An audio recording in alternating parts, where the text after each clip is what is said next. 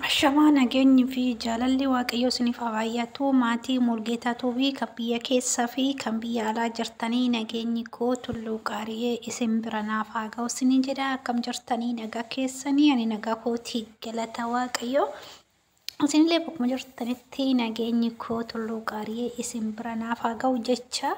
Warri mana kanaaf haarawaa taatanii subscribe like gochuu hin dagattinaa isiniin jedha. Nu jajjabeessaa, jajjabeenyi keessan nu humna nuuf ta'a isiniin jedha. Share nu godha.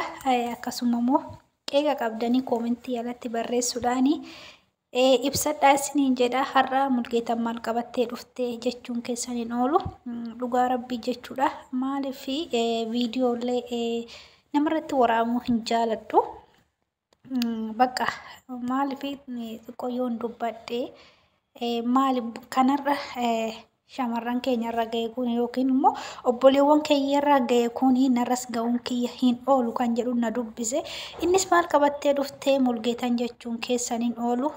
Akkasuma warra Yamanii keessa jiruuf jechuudha. Obboleewwan koo Yamanii keessa jiranii fi abbaan mana isaanii waan hojjechaa jiru. Kan walumaan laalaa jirru yookiin immoo walumaan daawwachaa jirru kana innis kallattii garaagaraatiin dhugaa rabbii dubbachuudhaa fi biyya Yamanii keessatti amma waan hin taanetu raawwatamaa jira jechuudha. Dhugaa wanni akkanii kun immoo baay'ee tokko ulfaataadha. Baay'ee tokko namas gaddisiisa jechuudha.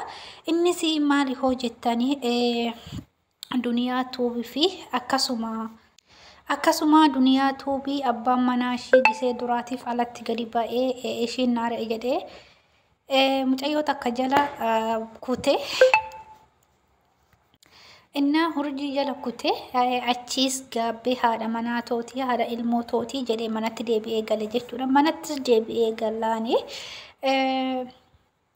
mucayyoon manatti haxxee halbeelaan dirtee jechuudha. Akkasuma haati manaa jabduu fi qaaliin namaa duniyaa tuub jechuudha.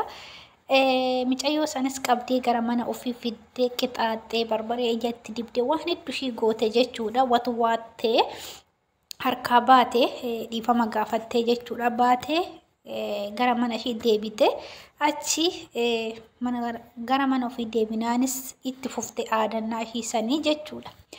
Inna aadannaa sanitti fuftee deebistee mucaa Abdii jedhamu tokko wajjin Abduma jedhama yoon irraafachuu waadde maqaa isaanii isa wajjin innis kanuma akka ishiiti kan abbaa haadha manaa haadha ijoollee of jala ari'ee kan ishii jala deemu sanii hurjii jedhamtu san jala dhuga gaafa biyya baata shamarran keenya gaafa haatis biraa abbee biraa obboleewwan kee biraa baatu kaayyoo guddaa qabda. Garuu gaafa biyya ormaa geessee ambara garii fi ruuza garaa kana nyaattee sitti ol daffee gadi baatee abbaa ijoollee abbaa maatii jechuudha jaalatta. Odoo inni haadha manaa qabu odoo inni ijoollee qabu oduma beektu jechuudha. Kuni ta'uu hin qabu sirraa jechuudha. Maaliif dargaggeessa akka keetii hin jira? Kan akka keetii jaalachuu mirga qabda. Garuu abbaa ijoollee jaalattee akka amma duniyaa sin godhaa jirtu warra Yamaniitiif akka amma duniyaa sin godhaa jirtu kana mannaa dhugaa rabbii baay'ee tokko ulfaata jechuudha. Ganumoo duniyaan nama cimtuu nama jabduu dubartii jabduudha. Dhugaa dubbachuudhaaf jechuudha. Waan nagarrame keessa ijoollee lamaan ishii fi mucaa tokko Abduma jedhama innis wal biratti qabanii haati manaa isaa gadi qabuu dadhabdee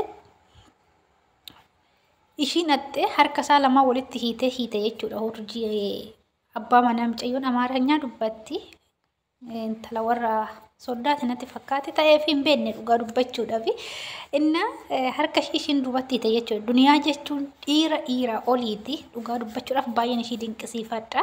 Baay'ee natti tolti jechuudha. Maaliif nama addaati ishiin dhugaa dubbachuudhaaf jechuudha.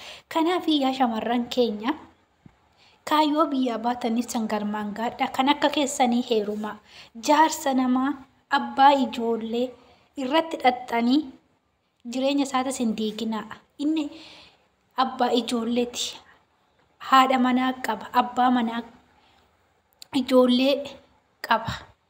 Gaafa nama sanitti dhaxxan gaafa nama san jaalattan namni kun na hawwataa na baasaa jedhaati of duuba deebi'aa laalaa. Odoo nama san jaalachuun duratti jechuudha. Gaafa nama san jaalattan immoo waa sinirra ga'u kunoo haala kanaan barbaree sininaaf waan adda addaa sininaafuu jechuudha.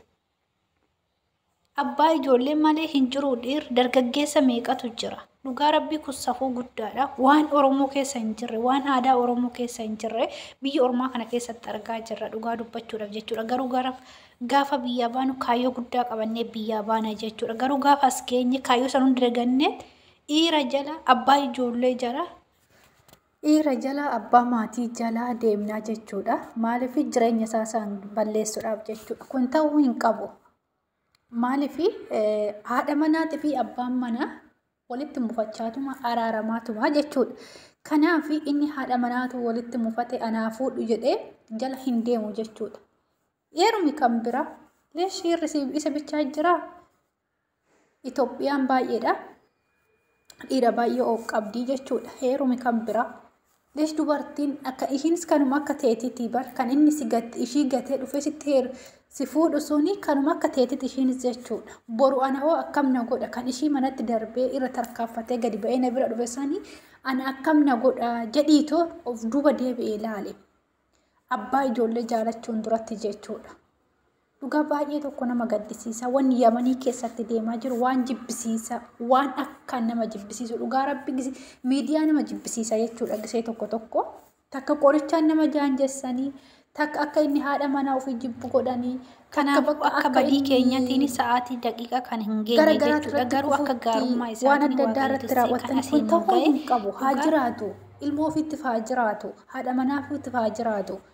Dirqama si jaalachuu qaba yoo hin ta'u siin jedhe dirqamaan qorchisan itti gootee itti fuudhuu qabda. No, waan akkanaa kun hin ta'u.